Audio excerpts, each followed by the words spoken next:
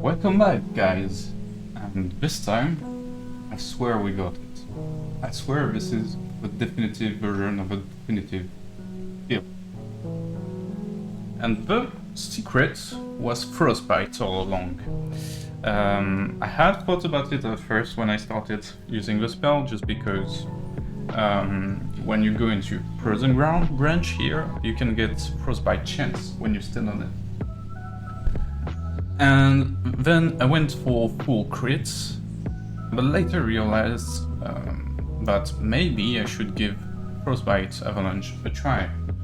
I also didn't try Upheaval procs, and it makes sense for this version because, well, it hits one more time, so it will apply Frostbite even more times. So basically it's the same, just we don't go crits, we go here for Frostbite and here for Avalanche. Let's just jump right into the game as usual. Here we go. Also, I wanted to say it's really nice to see all the views and likes on the videos, because, well, I've just very recently started posting videos about last year, and I would really appreciate you guys if you also subscribe if you like this content. There's more builds coming. I'm gonna go for a rogue build next with a new Blade of Chaos thing, which is kind of like Xethrocc in PoE. Anyway, as you can see, gameplay is basically the same. We throw Avalanche, it explodes, and it applies Frostbite, and also it colors the ground in white. So if you didn't like the textures in last Epoch, I've got the fix for you. Anyway, we still got the Warcry Totem for cold damage. We got Gathering Storm for when we run out of mana, so mostly for bosses. Also, the Warcry Totem applies Frailty, so we get less damage taken. And we still get Maelstrom stacks, but this time it's both from Warcry, which gives 4, from the kills, as before, and also from Upheaval, which I will show you now, basically.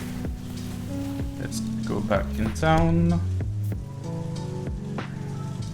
So, Upheaval, we go into mana cost.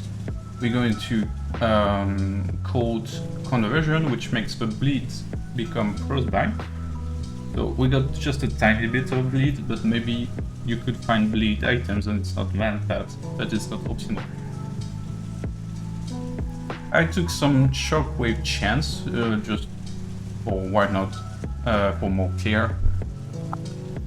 We got 32% here, and when we hit the totem, which is just Warcry, we get 25%.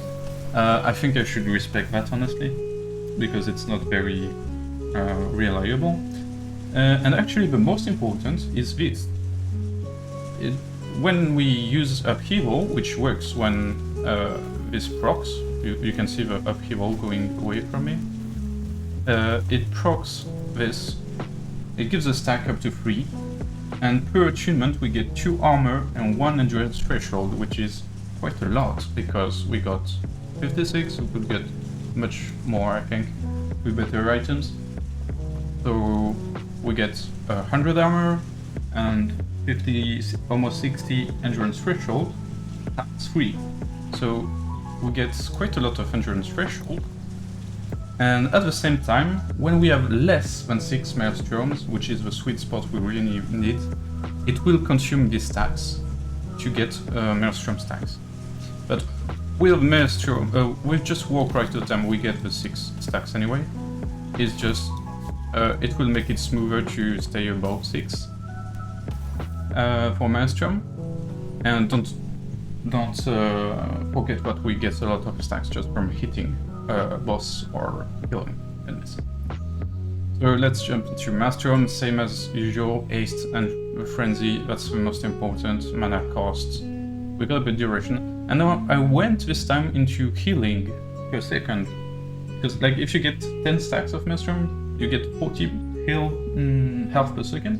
which is not a lot, but it's still very nice.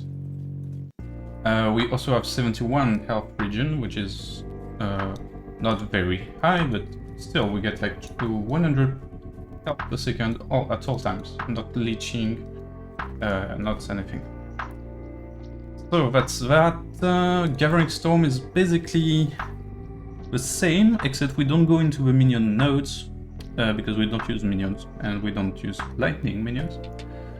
We convert to cold, so both the storm bolts from anything and Gathering Storm when we hit, you see it's cold in base now, it changes the look.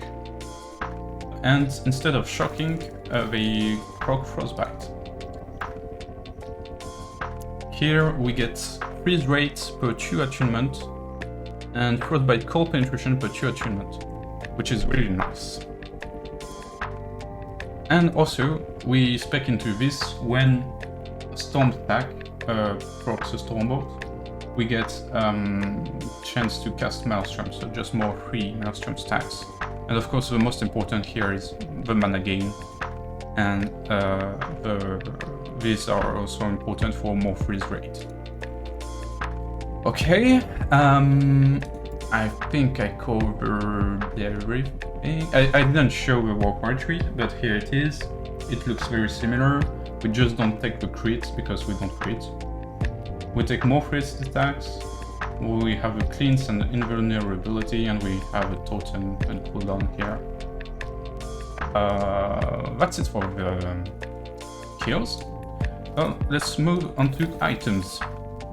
We use a few uniques this time. We didn't use any, basically. I just had the ring, but it was just because it's an erased ring, it doesn't really count, honestly. Here, those erased rings are quite nice. They give you a bit of ward, so we don't have any intelligence, so it's not crazy. But still, it's like 20 HP per cast, basically. 25. And the good thing also about ward, we used Frostbite Shackles, because we're a Frostbite build, and any Frostbite build is basically bound to use this. I mean, it's in the name. So we get a lot of Frostbite chance, we get some duration, which is multiplier of our DPS. We get freeze rate multiplier, which is really important, we will see why just after this item. And we get ward when we freeze, which happens mostly during mapping. During boosting it doesn't happen much. But it's actually a ton, like I've seen my ward go to like 3000, 4000 just from freezing a lot of small enemies. And then we get retention per 2 uncapped cold. So here, if I put down my totem, I have 60% cold, so that's 80% retention, which is pretty nice, honestly, for free. And I was saying that freeze rate multiplier is very important. Well, it makes us able to freeze a lot more, so that's nice. But here, you can read cold penetration per 10% with Frostbite, sorry, per 10% freeze rate multiplier. So right now I have 800%. I think I have some buff somewhere, I don't remember, but it gives more. I get some from chill, so I got 200% more here basically. And there's other stuff, yeah, the storm stacks is 300% more. Anyway, all of this, it boosts your Frostbite damage, which you can look here. You can also look at your Frostbite chance. You can see it goes up when you're on the frozen ground from the Avalanche. So we get a ton of Frostbite stacks. Like, if I can cast my Avalanche a lot, I get like 200 stacks of Frostbite, which is quite crazy. So these boots are really nice. The only problem is the movement speed. You get some from the dexterity, but we're not a dexterity build. So yeah, like here I just have 15% move speed. It's really not much. Like, if I switch to my non-unique boots, it's way smoother. The thing is, it's a unique, so it can get legendary potential, and then we will be able to get a lot of move speed. It's really important. I think it's the most important legendary potential, honestly. Oh, here I was cooking a bit while I was getting the build ready. This is a catalyst for Rogue to play Acid Flask converted to cold, but it has Frostbite on hit. I think it's just not worth compared to a shield, just for the block chance and all the extra stats. For the other items, I'm using Frozen Ire because it makes my Frostbite damage really much bigger, like from 213, it's times 2 point something. If you compare to this one, which is not the best one you could get, but it's really nice. You got the cold damage, you got the freeze rate multiplier, some mana regen. You see, I lose quite a lot. I lose 140 per stack. And also, this one procs Tundra Nova on hit with cold skills. We don't care about its damage itself, but I'm pretty sure it procs Frostbite, so it's 7 more stacks of Frostbite. And yeah, this run gives a lot of freeze rate multiplier too. So yeah, a legendary version of this with freeze rate, cold damage, whatever, will be really nice. But yeah, these are alternatives while you don't have these uniques. For gloves, you can just get some pair of gloves with damage over time, cast speed maybe, or cold no, attunement. The rings, you want mana regen and freeze rate multiplier, or mana regen, cold damage, that kind of stuff. Resistances, of course. It's just I got these quite good ones here. This one has mana regen, but honestly, I think it's better just to switch that one for this, or this one. Yeah, it doesn't really matter much. This one has more HP. And then here I don't have a crazy... Oh, it's pretty good, honestly. Endurance threshold, resistance, mana regen, and the cleanse on potion use is really nice for bosses when they stun you or whatever. Here I've got a pretty good armor, ton of health, and freeze rate per stack of chill is really nice. Attunement is really nice. I think those are the best 2 prefixes you want. This one is crap. I need to switch it for something else. The base is really good though for endurance. But I want attunement instead. And I'm not sure. Can you get the freeze weight? Let's check what we can get. Attunement is the most important.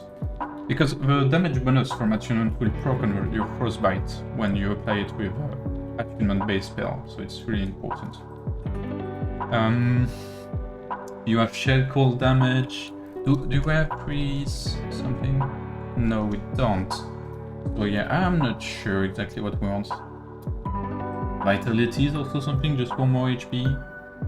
Maybe there's levels to skills. No, they don't look interesting. Anyway, it's not very important. I mean, it's basically the same as the rings, mana regen, except you can get cold penetration as prefix. The shield is just block. Block is really, really nice for the Harbingers of the new bosses. They do a lot of melee attacks. For idols, I removed one of these. I'm keeping that one, but honestly I could remove it. I'm not using a lot of totems. The additional Avalanche is not that crazy either. But this one, the Chronal Ambition, is a staple of all Cold or Fire build, just because you get basically 40% more cold damage, which is really crazy. And you also get 40% more armor. And remember that upheaval gives us armor. I think I get up to like 30% with upheaval reduction, and then when it stacks, it should probably go a few more percent. And that's it, the override doors are just capping resistances, getting health. So, items are done. Passives are very similar, no changes here. Here, we get, it's the same here. I got the totem duration for Warcry totem, it's pretty nice. I went to get the health regen because why not? We could get this for less damage taken from shocked. We get shock chance here, so we proc check the shock. But yeah, the endurance stuff and the attunement stuff, the penetration, the cast speed, it's the same basically. We get more points in Druid. I got more attunement and strength here. Upheaval is strength based and attunement based, so double dips for it. So more frostbite damage from upheaval here. Here we get more frostbite chance and some cold damage and stuff. But yeah, that's it. And I will end this video as usual with a bossing showcase. This time it's 150 something corruption. It's fucking Lagon from Asia, from Ending the Storm, and with Harbinger of, yep, I think it's a new one. It was my first time fighting the Harbinger of Chaos. I actually died my first try, but I got it on the second. But yeah, overall, the build is way tankier than my previous version. It has approximately the same DPS, I would say, from what I feel when I play it. Maybe a bit less, honestly, but honestly it's worth it just for the tankiness. And also the damage is more smooth because you get those frostbite stacks, which you leech through this relic. I forgot to talk about this relic, oops. Yeah, you just want this relic base for the damage leached as well. On hit, so right, it doesn't leech frostbite actually, but it leeches on the hit, and since we do less damage on hit, it's nice to have more leech. We still have this one spell damage shell, because Avalanche is still doing quite a lot of damage, and we don't need a lot of damage to leech a good amount.